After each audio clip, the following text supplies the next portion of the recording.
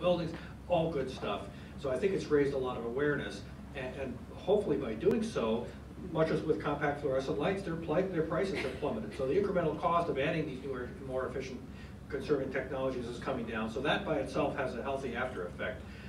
But you're right, and as I said before, the developers tend not to have the same focus on investing in those incremental energy efficiency gains as the long-term owner-occupied buildings, homeowners, whatever. But there is a dollar limit. And at some point, when you've got 4 or 5 inches of spray foam insulation, that extra inch is not going to have a great payback. So even I wouldn't do that in my house at some point. So everyone has to set the limit perhaps in a different place.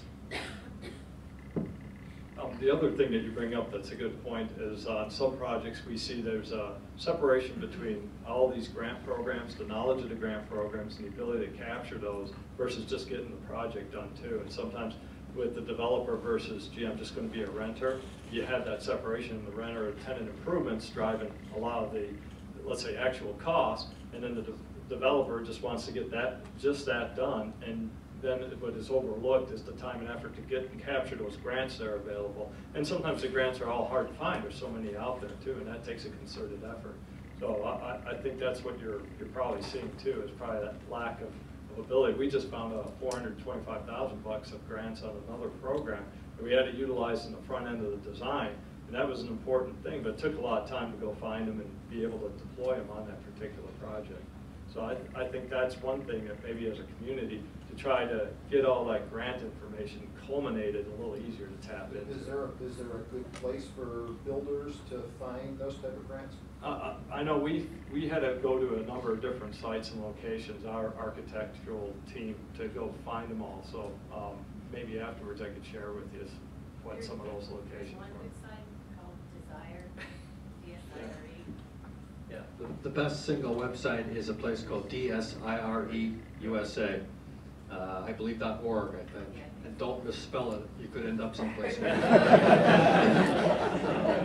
has a great listing of state by state of conservation grant opportunities as well as renewable energy, and then there's this federal section on that same website. But in New York State, NYSERDA is probably the best place to go. I'd just like to follow up and reiterate some of the earlier comments. I had an opportunity to spend 3 days in Munich, Germany last summer, and it amazed me how good the subway system, the mass transit system was there, and how people had been able to reduce their reliance on automobile traffic, not 100%, but largely around the city through use of the mass transit, the subway system, and also people walk a lot and bike a lot, and I think it makes for a lot healthier population.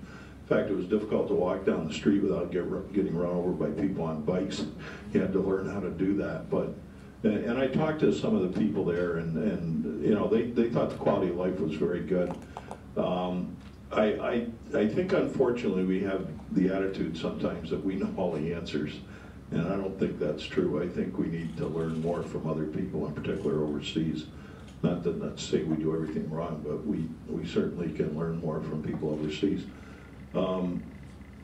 Another comment, I think for too long we've been based our economic assessment on cheap energy and short-term economics. And I think those things are not going to serve us well in the long term. For one thing in particular, we've neglected the infrastructure in the country terribly, and you only have to look at periodically bridges falling down and things like that, pipeline explosions, to understand that we're not even keeping up with the current infrastructure we have, not to say building new infrastructure. If the Europeans and the Japanese could build high-speed trains 10 and 15 years ago, Look at the reaction that the current administration is getting to try to promote intermediate high-speed rail.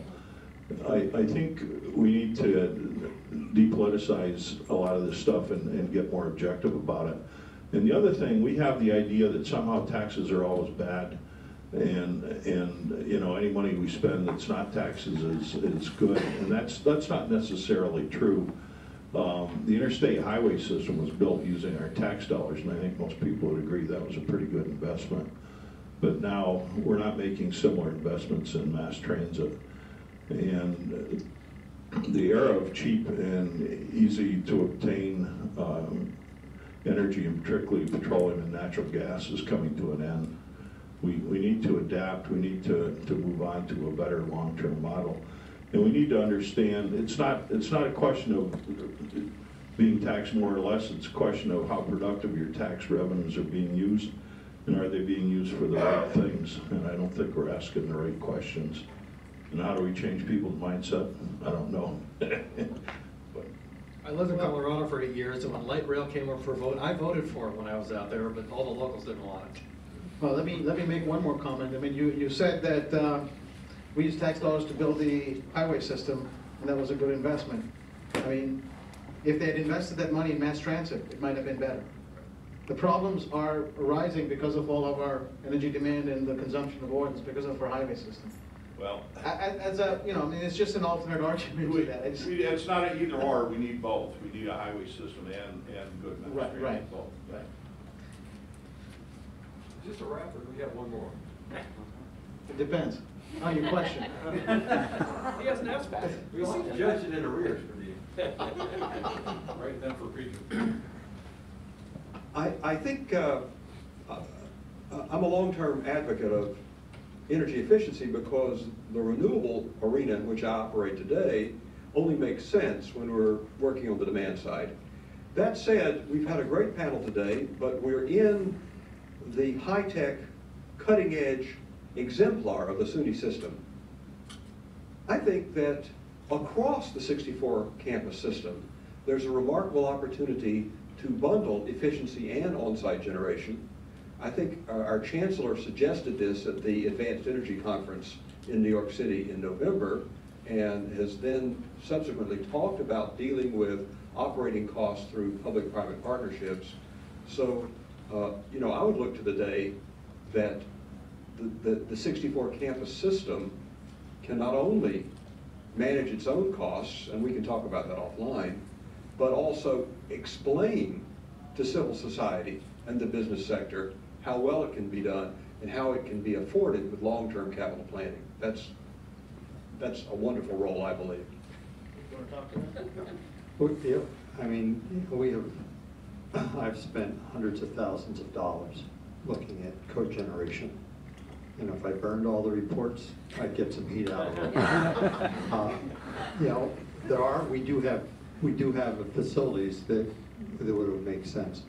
The problem we have for the SUNY is that probably 80% of the campuses have no summer load. And to make cogeneration work with no thermal load for the summer, it's tough. You know, you go to Potsdam, they don't need a lot of air conditioning up there, or Oswego, you know, and they are the issues. You know, probably the place that's ready for it the most is right here at SUNY Albany. And More studies, right? yeah, I think we have 4 or 5 here. But you know, as we go from feasibility to design, the prices go up and the savings go down. And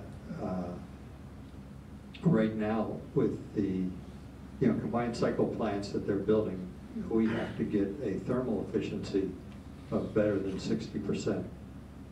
Cogeneration should be able to get us that. But on some of the campuses where I don't have a summer load, we'd be fighting to approach 60% thermal efficiency, combined cycle efficiency for these large generating plants.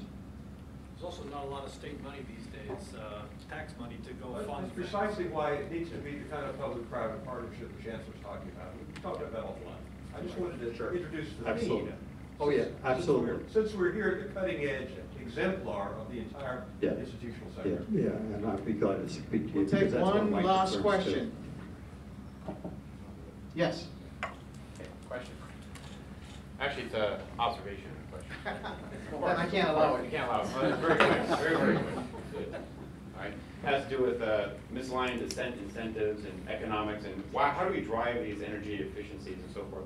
We've talked a lot about how economics drive it, but in many cases, not all, the burden of the economics and the behaviors, the people making the decisions, they're not linked. The person who's choosing to build a building that they're going to occupy for 5 years makes short-term decisions, and then we as a society, as a community, are saddled with this inefficient building for a long time. Okay? I've got a cable box on my TV, 16 watts, whether it's on or off. For me, it costs a few cents. Multiply that by the 5 million digital subscribers for this company, and you get into megawatt hours per year. So how do we use technology, use business models, partner, do that kind of thing to align these incentives to let the natural economics of the situation drive energy efficiency and adoption of technologies? High price of electricity, I think that's what we're going to be talking about. But if I'm not paying the electricity and you're consuming it, and you have to line those two together. Okay, the person turning on the light in this building may not be responsible for the consumption. The university is. How do you change that? It's our issue. Well, what I'd like to do is we have a networking event after this, and since that was the last question, what I'd like to do is, our panelists are going to be around, and so you can come up to them and talk to them and provide your comments or answer more questions. So what I'd like to do is end this session and thank the panelists to be here and to answer some of your questions. Thank you very much. And I'd like to welcome all of you to come over to the reception area and network with your colleagues and talk to them about whatever questions you have. Thank you very much again for coming.